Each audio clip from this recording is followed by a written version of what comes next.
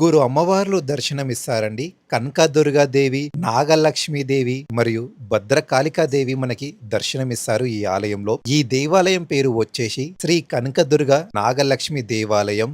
ఈ దేవాలయానికి ఒక ప్రత్యేకత ఉంది అండి. ఎవ్వరికైనా సరే కుజదోషం కానీ, నాగదోషం గాని ఉన్నవాళ్ళు 16 మంగళవారాలు నాగదేవతకి గనక పూజిస్తే వాళ్ళకి కుజదోషం వెళ్ళిపోతుందండి. అలాగని ఎవరికైతే సంతానం కలగడం లేదు అని బాధపడుతున్నారో వాళ్ళు 21 మంగళవారాలు వచ్చి అమ్మవారికి ఇక్కడ పూజ చేసే తప్పకుండా వాళ్ళకి సంతానం కలుగుతుంది.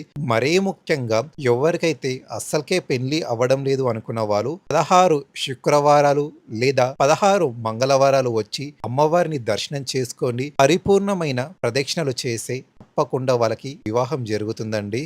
ఈ దేవాలయానికి మరొక ప్రత్యేకత ఉంది అండి. ప్రతి శుక్రవారం, ప్రతి మంగళవారం మరియు పౌర్ణమి రోజున మరియు దసరా